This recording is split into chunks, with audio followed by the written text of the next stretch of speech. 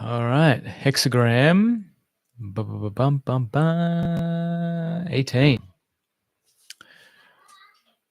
Recognizing and correcting the causes of decay. The judgment. Recognizing and correcting the causes of decay has supreme success. It furthers one to cross the great water. Before the starting point, 3 days. After the starting point, 3 days.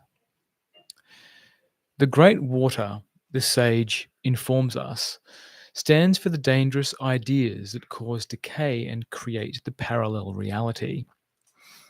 Crossing this water stands for a person's effort to identify these ideas and dispose of them. Whenever someone undertakes this task, he is furthered by the helpers. This hexagram can point to such ideas either in oneself or in others with whom one is involved. As the lines of this hexagram indicate, these ideas have been handed down by tradition and the person has accepted them unreflectingly. He now needs to question, with the help of the sage, beliefs he has presumed to be true, but in particular, those that have been exalted by the collective ego for no other reason that they are age old. The particular beliefs are indicated by the lines. The particular beliefs are indicated by the lines. Before the starting point, 3 days, refers to the time the person needs to take to investigate the beliefs that relate to his specific circumstance of the moment. The starting point is when he begins to say the inner no to those he has identified. After the starting point, 3 days, refers to his continuing to say the inner no once a day until he is informed by the sage that it is no longer required. Often this process takes 3 consecutive days, as indicated by the phrase.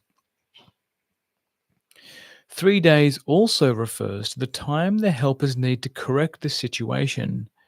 It is important that the person does not watch for results with his inner eye during this time. 3 days also refers to the time in which he might experience repercussions coming from others with whom he had shared the mistaken beliefs. These repercussions come as poison arrows from their subconscious and also need to be deprogrammed. See, what are poison arrows? The effort does not consist in disposing of one idea and replacing it with another. Correcting the causes of decay means one thing only: to dispose of what is false. Doing so frees one or more aspects of a person's true nature. These aspects of himself are his inner helpers. Replacing an old mistaken idea with a new one only puts a new spell on that helper, allowing the decay to continue in yet another form. A person may receive this hexagram when the decadent idea has manifested as ill health, the breakdown of a relationship, or economic crisis, or other problem. He is informed that the causes of the decay come from the collective ego, to which he has turned over his inner center and therefore looks to it for the approval of everything he does. One of the objects of correcting the causes of decay is to become centered within oneself. This can be achieved through the meditation exercise, centering yourself. The collective ego originated in the myths and stories early humans told around their campfires about the heroic deeds of their ancestors. The first stage in this development was the creation of the clan we, by which the individual identified himself with the heroic deeds of his ancestral clan. This tradition continues today in the group we, whereby the individual identifies with his family, particular culture, race, and nation. In his identification process, the authority of the individual over himself is turned over to the group, with which his identity becomes merged through various procedures of conditioning. At first, the simple stories about the deeds of of the ancestors were passed on to each new generation. Gradually, they came to include the storyteller's imagination about the creation of all things, including the creation of his clan and its mission in the world. In this way, the simple stories became myths. The term used in this book for these myths, which over time have attained the status of ancient truths, is the collective ego. The second stage in the development of the collective ego occurred when the clan we grew in size to become the cultural we. In this stage, in this stage, the individual was made to take the roles that were believed to develop, promote, and protect first the clan and then the culture. These roles defined the proper father, mother, son, daughter, and later the proper citizen who remained loyal to the beliefs of his forefathers and served his king, nation, and culture. Through identifying with the roles prescribed by the group, the individuals abstracted themselves farther and farther from their true natures and from their personal uniqueness. These roles transferred the authority of the collective ego to the parents, together with the duty to pass its values onto the succeeding generations. The fear of being punished by the cultural and societal institutions ensured that the parents performed these duties. Thus, the collective ego, once created by the myths, perpetuated itself in its juggernaut form to ever increasing control over the individual, submerging at the same time the natural order of society. This pattern is visible in all feudal systems developed by ancient societies and is still visible today in the successors of those systems. The myth telling that began at the clan campfire gradually led to the glorification of human imagination and the storytelling, fairy tales and legends, that praised the cleverness of their heroes that led. Start again. The myth telling that began at the clan campfire gradually led to the glorification of human imagination and the storytelling, fairy tales and legends, that praised the cleverness of their heroes, led to the glorification of the cleverness of the rational and imagining minds. This glorification of the functions of the cerebral cortex led to the suppression and devaluation of the human capacity for feeling and all of the senses connected with feeling. However, it is the senses and their capacity for feeling that connects a person with the cosmos/nature. This development brought about a reversal in the natural functioning of the word and intuitive minds. The true function of the intuitive mind is to form feelings that come from inner truth into images. These images are then conveyed to the word mind, whose true function is to form them into words. When this happens, the images mirror the inner truth of a given situation. When, however, the intuitive mind begins fantasizing on behalf of the collective ego, it invents images that fit into the human centered view of the collective ego. Some of these inventions please and flatter, while others frighten and repel. These inventions are encouraged by the collective ego, which praises and flatters the person who creates them. The flattering words put a spell on the intuitive mind so that it answers to the collective ego rather than to the person's inner truth. The same flatteries put a spell on the word mind. Once these two minds are thus brought under the control of the collective ego, they are called, in this book, the imaging and rational minds. The first and most important flattery is the idea that humans are the centerpiece of creation.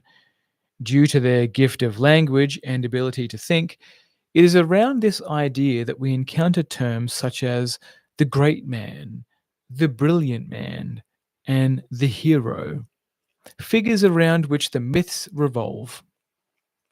The above mentioned idea is the cause of decay for several reasons. 1. It contradicts the cosmic principles of equality and modesty. 2. It causes people to forget the help given to humans by the helpers in difficult circumstances by crediting that help to an individual's genius. 3. It divides the world into good and evil forces, the latter of which the hero fights. 4. It falsely suggests that human nature, and nature in general, are the source of the evil and are therefore flawed.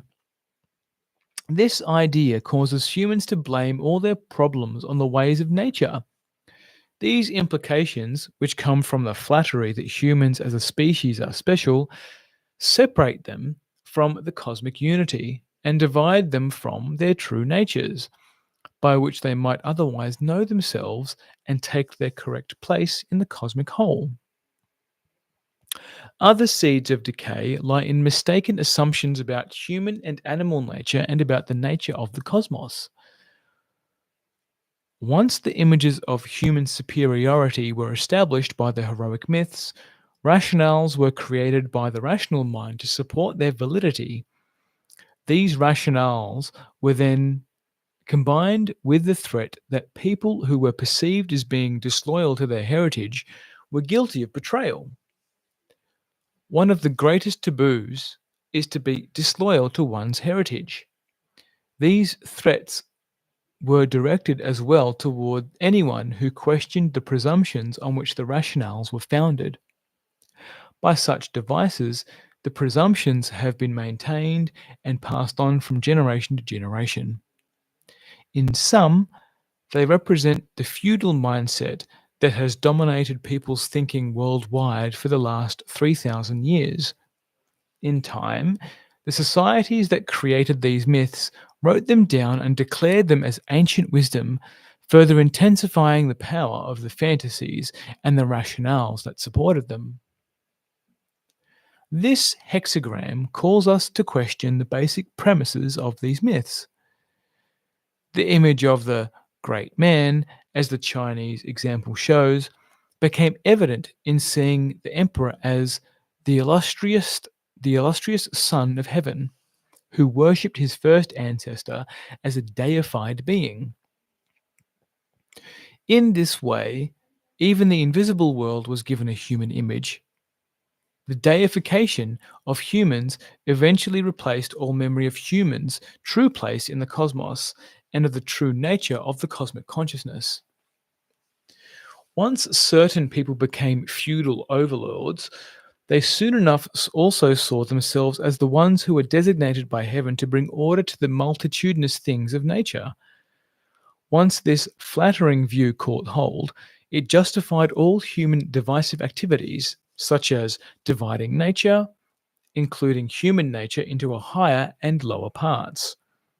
The Confucian concept of a superior man, referred to throughout the imperially approved version of the I Ching, was based on the idea that humans' higher nature needed to be cultivated, while their lower nature needed to be repressed. These ideas, which are common to all feudal based cultures, have acted as poison arrows put on human nature. They are among the causes of decay addressed by this hexagram. Once the intuitive mind and the word mind had abandoned their function to serve inner truth, they became habituated to justifying the myths of the collective ego. Then all thoughts and feelings that did not support the accepted rationales were branded as irrational or heretical. Receiving this hexagram may indicate to the individual who receives it that the fear of guilt, which is the cornerstone of the collective ego's false logic, prohibits him from discarding a presumption that the source of an inner that is the source of an inner conflict. The idea of guilt, invented by the collective ego, serves as the final lock on its basic mental program that keeps it from being questioned by the individual. Guilt reinstalls the collective ego's mental programs by making the person believe he is betraying his heritage, clan, and ancestors, culture, race, country, if he follows his inner truth. Guilt can maintain this power only so long as a person believes that his group is the only source of help in his life. He needs to realize that all true help and nourishment come from the cosmos. See deprogramming guilt. Receiving this hexagram may also point to a false seed phrase, which makes a person believe that in and of himself he is not sufficient to get along in life. This phrase, introjected by the collective ego during the formation of the individual ego in childhood, serves to make the person forget that within himself he has all the capabilities and gifts he needs to live his life successfully, provided he remains connected to the cosmic whole. Such a phrase makes him constantly strive to become self-sufficient through gaining power, as in gaining knowledge, money, influence, etc. Another phrase, "you need an ego to deal with the harsh realities of the outer world," is used by the ego to reinstall itself when the person starts freeing himself from the ego. I just drew this hexagram today. I want to see what numbers I got. 2 and 5. Great, cool. Line 1. Setting right what has been spoiled by the father. If there is a son, no blame rests upon the departed father.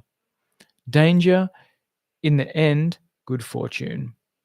Here, the father is a metaphor for the false seed phrases and images and the monumentalized myths that form the collective ego, which are passed on by tradition. The line points to a person's habit of accepting statements that persons in authority, such as his parents, have said are true.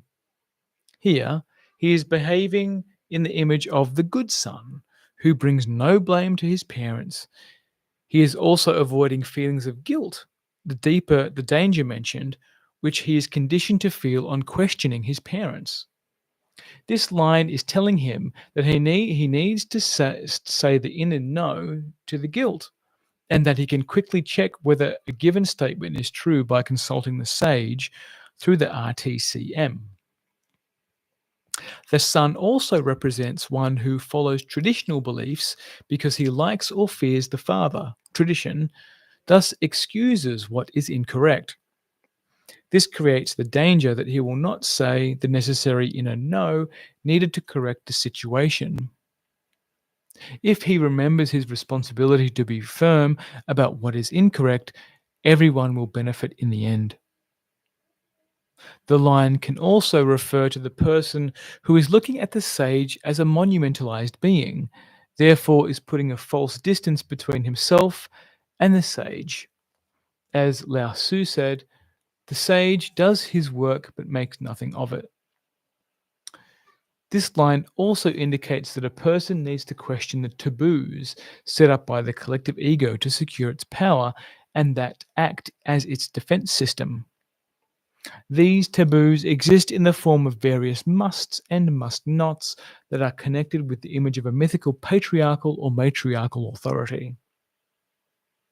Danger also refers to the ego, which, upon realizing the person has learned the inner truth of a matter, seeks to draw attention away from itself by setting up something outside, such as tradition or the collective ego, as the object to hate.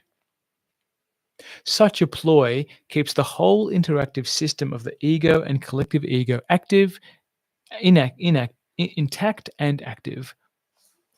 Viewing anything as an object of hatred only plays both the ego's and the collective ego's game. The person needs to say the inner no to this ploy and to all ego emotions, such as hatred, that it likes to generate.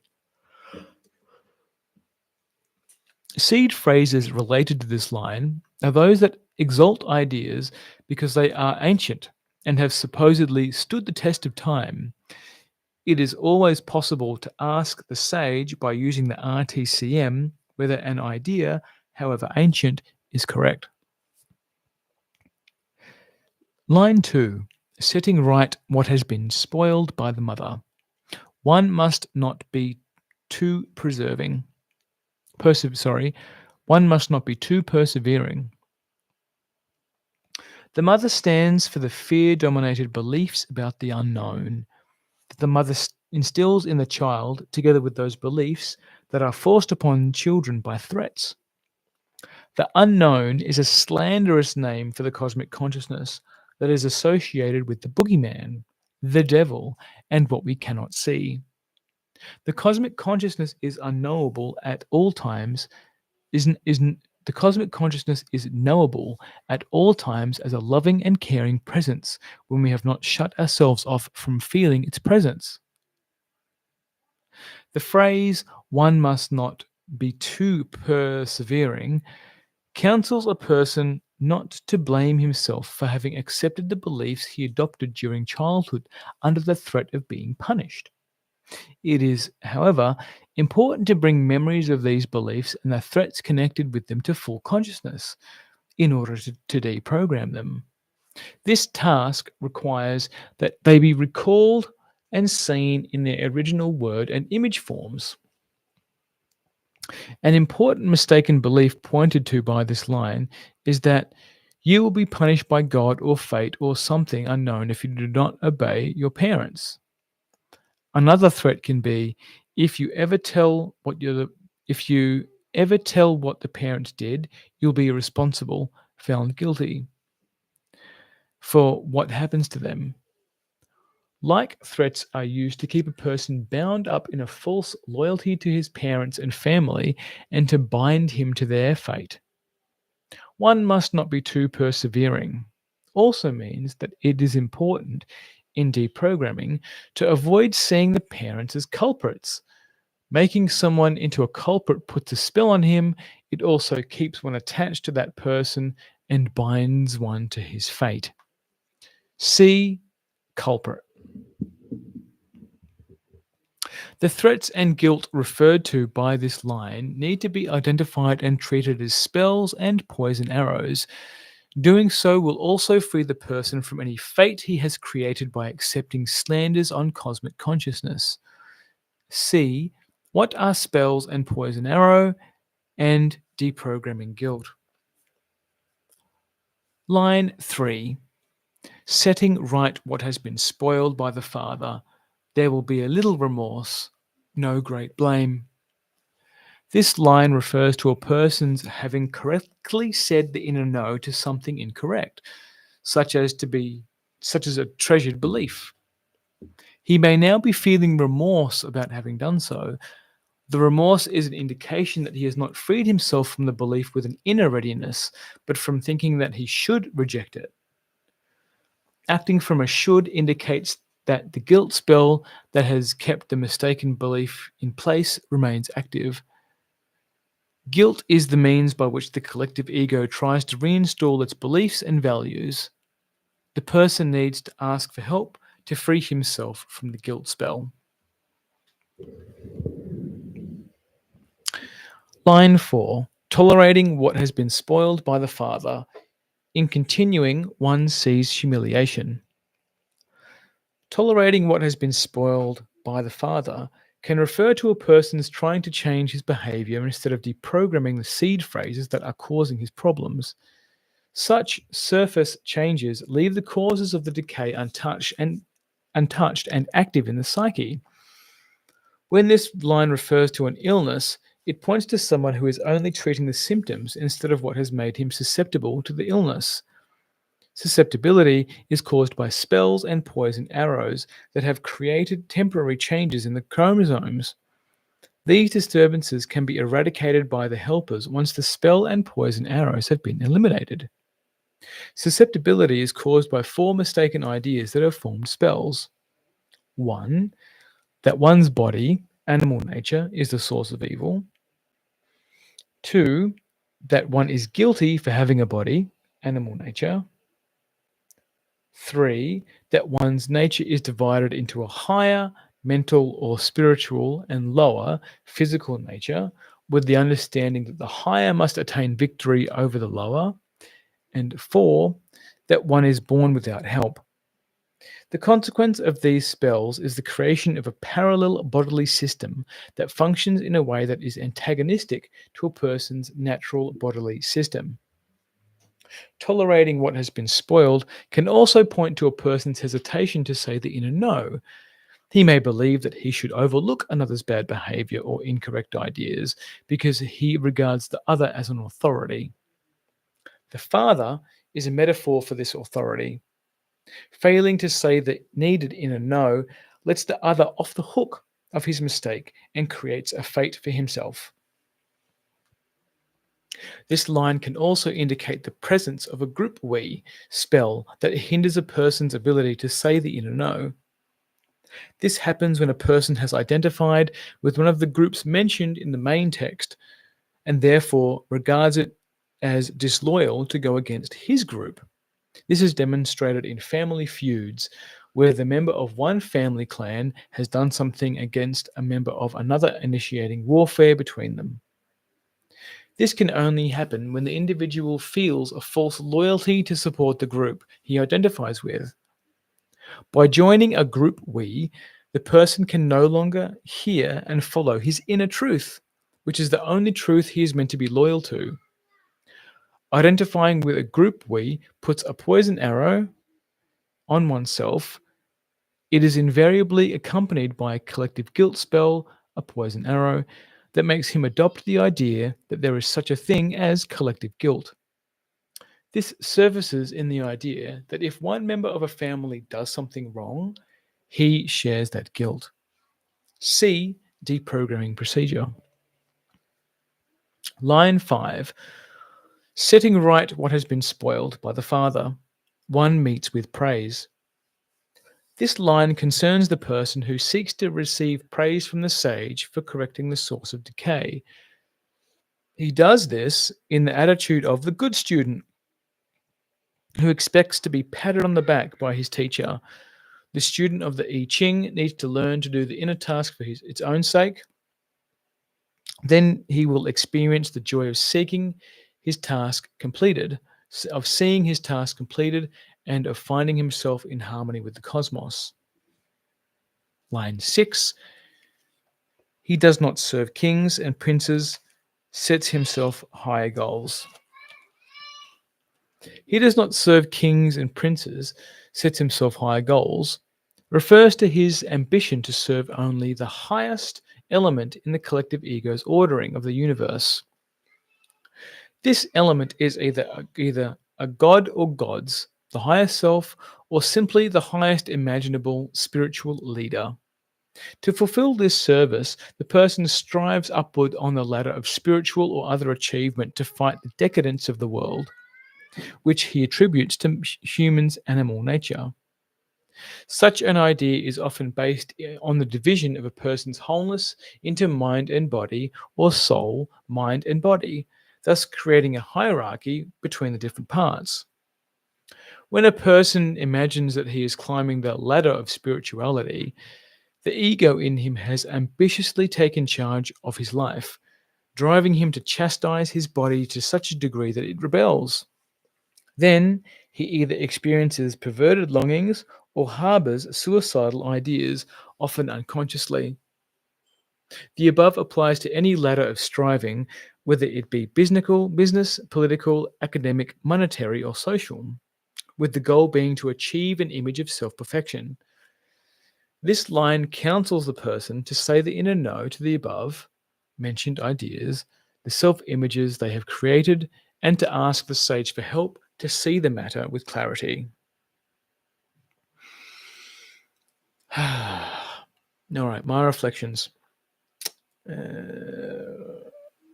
Judgment. So in Gene Keys, this is a judgment key in human design, judgment key. And it relates to the teenage years. So in the context of this hexagram, what I can see in the crossover here, and for my own personal journey, like I mentioned at the start of this or midway through this, I cast this one today using the 3 coin method, lines 2 and 5. And by saying the inner no to things is much simpler than trying to reason my way out of them, because you just learn to say the inner no. And because this relates to how I see it in the teenage years and how you're conditioned throughout your childhood, is learning how, well, what is the collective ego from me? And when we start to do things that challenge the collective ego, and you may have seen or know this phrasing in the Matrix, like when you come out of the Matrix, people who are still in there become like they're your enemies. They're still plugged in, right? So they can become an agent at any point. So anybody at any point, when you do something that rattles their opinion of the collective ego, they become an agent, right? Some people don't want to be unplugged, right? And they will fight to protect the system that's keeping them a slave, right? They will fight to protect the systems that keep them a slave, including rebelling against the system. Like they will fight against rebelling against the system, right? Double negative. Where the ones that want to rebel are still have one foot in the system, but because the ego gets to feed off them playing both sides, it'll just keep them entertained in there. For example, like someone that grows illicit substances outside of the law, and then profits from that, and then battles against the rules against that. Battling against the rules against that, what I mean is they like to rebel against, these things should be free. These things should be. Maybe they should. And are you doing it out of a place of entitlement, or is that your truth? Because if it's your truth, you'll be protected. Like if it's in your truth, not even that you'll be protected, is that you'll incur the grace of the cosmic harmony. And if it's not in cosmic harmony, then you just create a fate. And the fate is not a punishment, it's an opportunity to course correct. It's a different thing. If you come from a Christian world getting punished, or a religious world getting punished for challenging challenging authorities, mother and father, etc., it'll be built into your nervous system. The same way of how parents can parent, if they use corporal punishment or certain techniques to try and manipulate you to be obedient, it just shows up in these kind of strategies where you learn how to be obedient in the front, up front, but then behind the scenes you're reckless. Like you'll hide things from a metaphorical mummy and daddy, so that you can get away with who you want to be, right? And this shows up in the rigid pattern. This shows up in the enduring pattern, and in the 5 personality patterns. And what I have for a lot of people who are starting out with the I Ching or are familiar with this version of the I Ching, because this version is different, is making sure that you do choose to create a relationship with the sage in moments of when there's no crisis. Like do the 3 coin method. My spiritual practice is to roll a hexagram and see where that hexagram takes me. And right now I'm on a journey of recording it, speaking to it, giving my reflections and what's alive in here. And what I think is important to say in all of this, I'm going to go back to line 5 here in particular, is when you do start the relationship with the sage, just be mindful of the part of you that feels like you're expecting this pat on the back. Right? Good student. Here, straight A's. Yeah, straight A's. Do it because you want to do it. Right? And sometimes it takes a journey. Like you might hear me say this, and you started it because I've told you to read the book, or I recommended that you read the I Ching.